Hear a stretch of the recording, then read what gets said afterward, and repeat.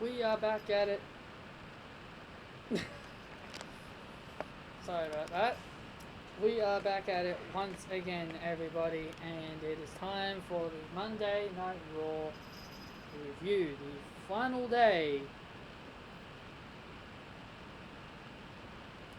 of the draft.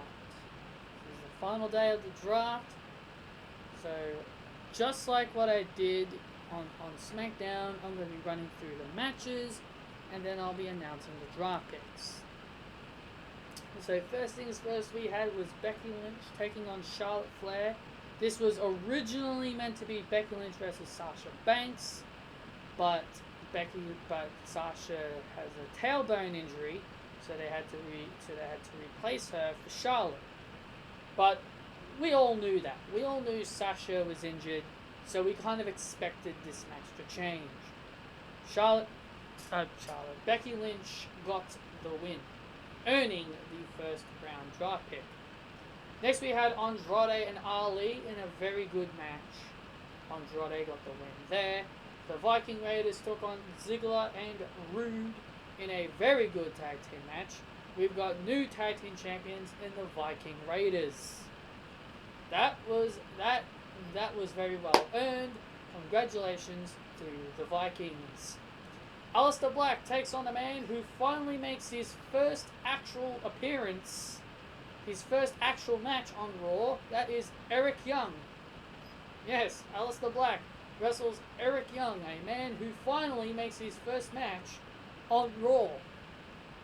And unfortunately, Eric Young goes down really quickly, and it seems like Aleister Black has a new finisher, a Dragon Sleeper. Very interesting submission move. Next we had Ricochet taking on Shelton Benjamin. Ricochet got the win there. Braun Strowman and Tyson Fury signed their WWE Crown Jewel contract. I don't really care for this, to be honest. I really did not care for this match. I really did not care for it at all. Next we had Buddy Murphy put on another great match. He puts on a great match with Cedric Alexander. And shockingly, Buddy Murphy actually wins this match. Next we had the Kabuki Warriors taking on the team of Natalya and Lacey Evans. Now, I do not know why Natalya is teaming with Lacey Evans. I really do not understand that whatsoever. It's dumb, it's stupid, I really don't know why. They're just gonna, why would you pair someone who have been feuding? These two have been feuding with each other for the last several of weeks. And now you expect us to believe that they can work together as a team? But the Kabuki Warriors get the win, pinning Lacey Evans. Then the final thing that happened was Seth Rollins. He invaded the Firefly Funhouse and burned it down. So yes, he actually burnt down the Firefly Funhouse by assaulting Bray Wyatt. And this definitely brings me flashbacks to the old This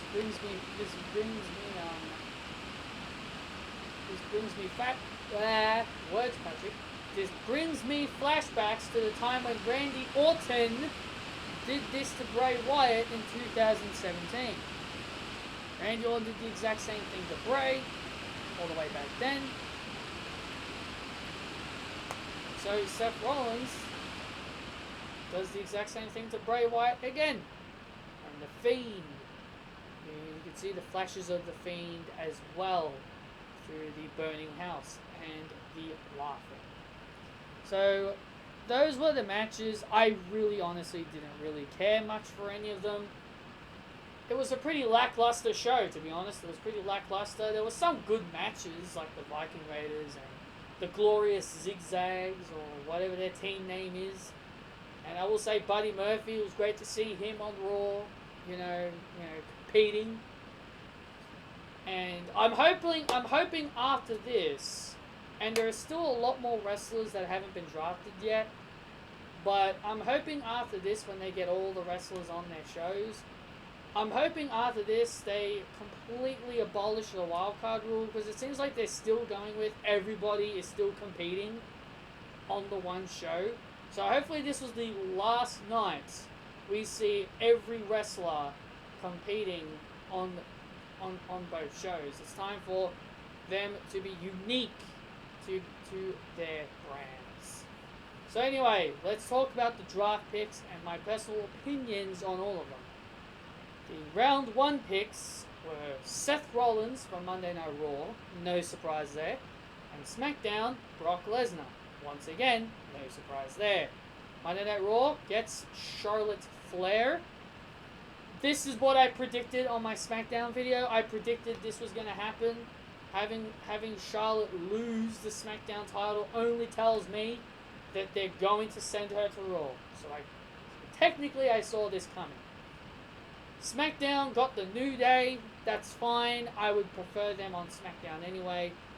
And next, Monday Night Raw got Andrade and Zelina Vega. Now, everyone on Twitter was making a big deal about this. And I'm sorry to burst your bubble, people. It's fine to be excited. Don't get me wrong. You can be excited. But, people on Twitter will talk about how this is great. Andrade for Universal Champion and all this other stuff. I'm just thinking, guys, Andrade is probably going to be in the same position that he was on SmackDown.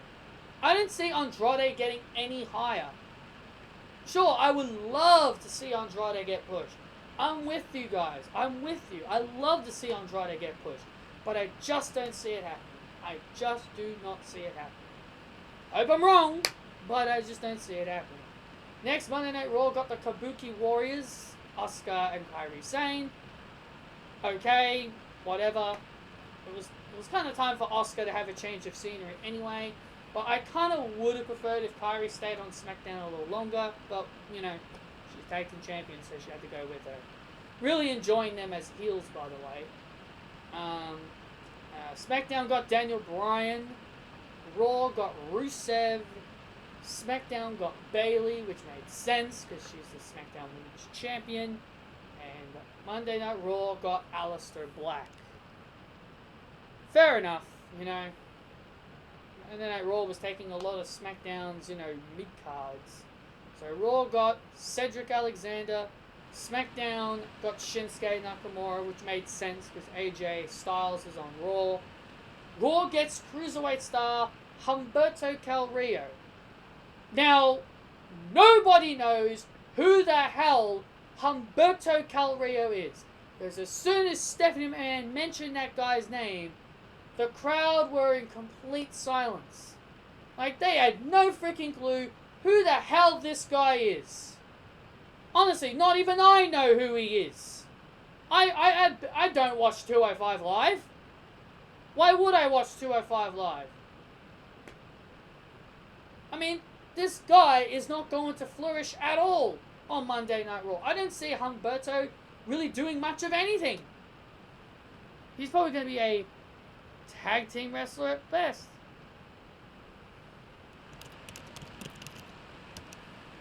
He's probably going to be like a tag team wrestler at best. I don't really see much in Humberto.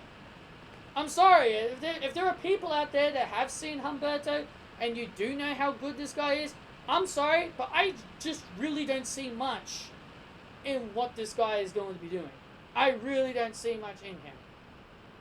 Like I said, he'll probably be like easily tag team champion at best. I really just don't see much in him. I don't see him as a future United States champion or a Universal champion. Sure, maybe in the very near future, when we get to know Humberto more, but at this stage, no one knows who the hell this kid even is. SmackDown gets Ali, which is fine, because SmackDown's best suited for Ali, in my personal opinion.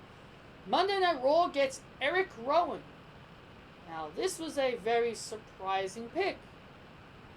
Eric Rowan, another one of those guys who's been on SmackDown since the original 2016 draft, has now been moved to a different brand.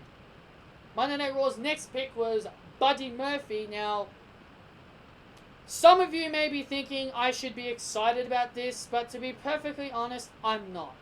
Now, yes, he got a win over Cedric Alexander today. I don't want to be a buzzkill here, but I don't really think Buddy Murphy is going to do much of anything. Sure, he appeared on Raw today. Obviously, it was a showcase, just to show the Raw fans who Buddy Murphy is. But at the end of the day, I don't see this guy being featured every week. I don't see Buddy Murphy winning every match. Buddy Murphy, I've got a funny feeling he'll end up like EC3. He'll probably end up in the same category as EC3. Wasted potential. Now, I hear people say, and I've been hearing some people tell me, oh, Paul Heyman is invested in Buddy Murphy. If Paul Heyman likes him, then he'll definitely get a push. I mean, so he likes Ricochet and Cedric Alexander, but what did that get them? Where did it get them? Yeah, sure, Ricochet was US champion for only 21 days, but Cedric Alexander certainly didn't win the championship. Again, all I'm telling you is that I don't see Monday Night Raw using Buddy Murphy to his fullest potential. He was a babyface on SmackDown, and he comes on Raw, and all of a sudden he's a heel? Makes no sense. I love Buddy Murphy. He's a damn good Australian wrestler. He's one of the best Australian competitors we have. But I just don't see WWE using this guy to his fullest potential. I just don't see it. I just don't see it. I just can't. I hope WWE proves me wrong, and they do have him featured every week, and they do have him get wins every now and then, and he does eventually get a push to the United States Championship. I hope they do prove me wrong. But right now, just because he won against Cedric Alexander doesn't mean he's getting a push. At least not yet. The more he wins, maybe it will convince me more. But until then, I am not very happy with this pick at all. To me, Buddy Murphy is best suited for SmackDown. Speaking of SmackDown, Dolph Ziggler and Bobby Roode, or Robert Roode, are now on SmackDown. And to be perfectly honest, I'm kind of happy about this. I'm kind of happy that Robert Roode is now on SmackDown, because I felt like SmackDown was probably the better brand for him when he was Bobby Roode. So hopefully,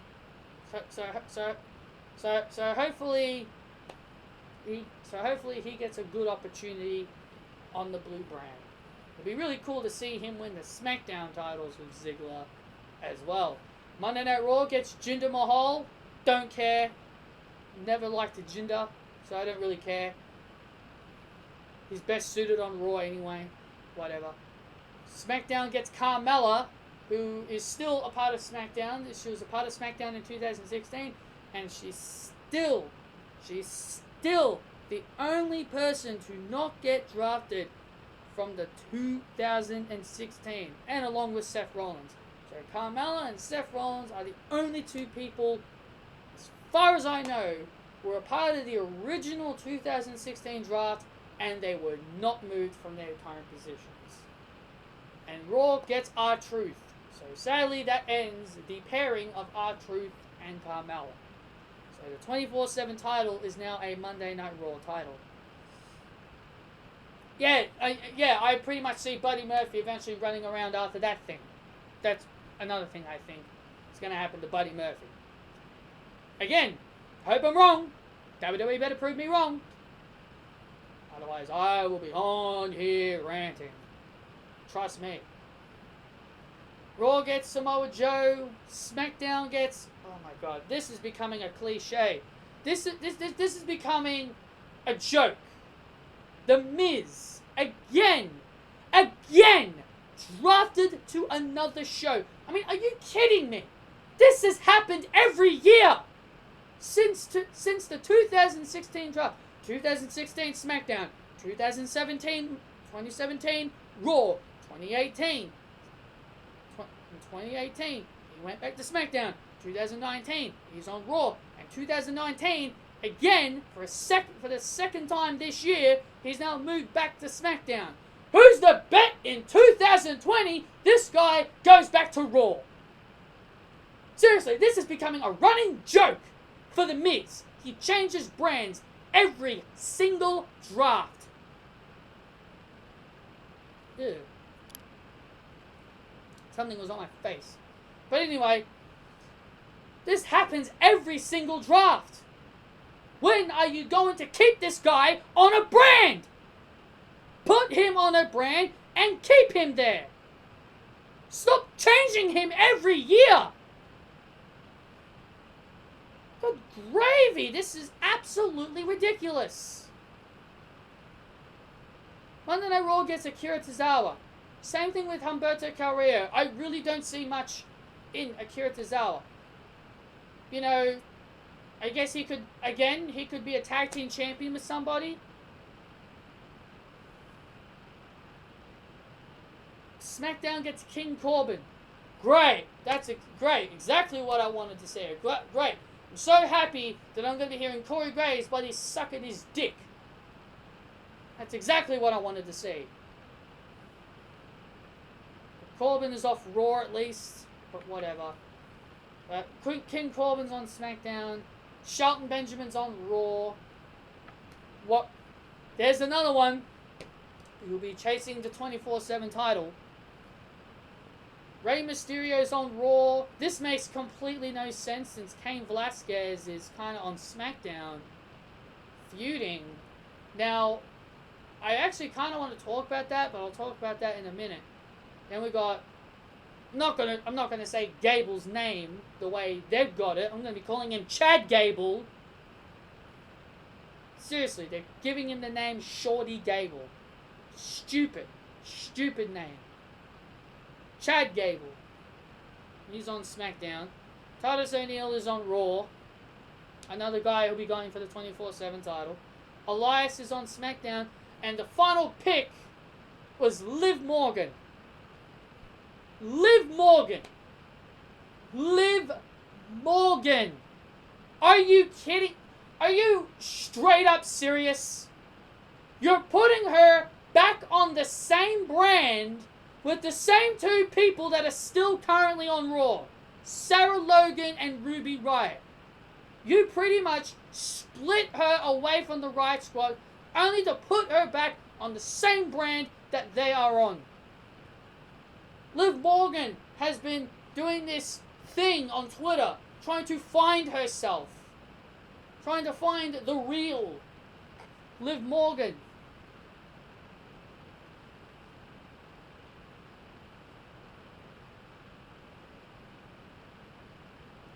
So, in my personal opinion, Liv Morgan shouldn't even be on Monday Night Raw.